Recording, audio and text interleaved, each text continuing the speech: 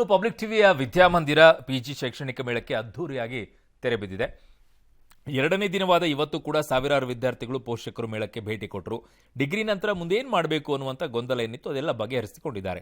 ತಮಗಿಷ್ಟವಾದ ಕೋರ್ಸ್ಗಳ ಬಗ್ಗೆ, ಉದ್ಯೋಗ ಅವಕಾಶಗಳ ಬಗ್ಗೆ, ಬೆಸ್ಟ್ ಕಾಲೇಜುಗಳ ಬಗ್ಗೆ ಮಾಹಿತಿಯನ್ನು ಪಡ್ಕೊಂಡಿದ್ದಾರೆ.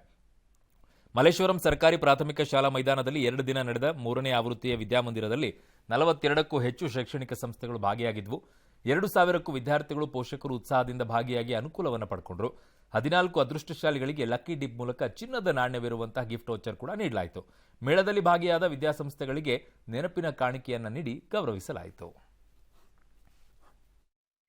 ತುಂಬ ಬೆನಿಫಿಟ್ಸ್ ಇದೆ. ಆ್ಯಕ್ಚುಲಿ ಆನ್ಲೈನಲ್ಲಿ ತುಂಬ ಕಾಲೇಜಸ್ ಹುಡುಕಿದ್ದೀನಿ, ಬಟ್ ಇಲ್ಲಿ ಬಂದ್ಬಿಟ್ಟು ಅವ್ರ ಹತ್ರ ಆ್ಯಕ್ಚುಲಾಗಿ ಪರ್ಸ್ನಲಾಗಿ ಕೇಳೋದು ಮತ್ತು ಡೀಟೇಲ್ಸ್ ತಿಳ್ಕೊಳ್ಳೋದು ಆ್ಯಂಡ್ ನನಗೂ ತುಂಬ ಯೂಸ್ಫುಲ್ ಅಂತ ಅನ್ನಿಸ್ತು. ಮತ್ತು ಕೆಲವು ಕಾಲೇಜಸ್ ನಮ್ಮ ಮೈಂಡಲ್ಲಿ ವಿಸಿಟ್ ಮಾಡಬೇಕು ಅಂತಲೂ ಇದೆ.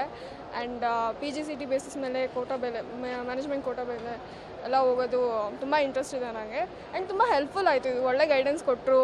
ಎಲ್ಲ ಕಾಲೇಜಸ್ಸು ಒಂದೇ ಪ್ಲೇಸಲ್ಲಿರೋದು ಇನ್ನೂ ಯೂಸ್ಫುಲ್ ಆಗಿತ್ತು.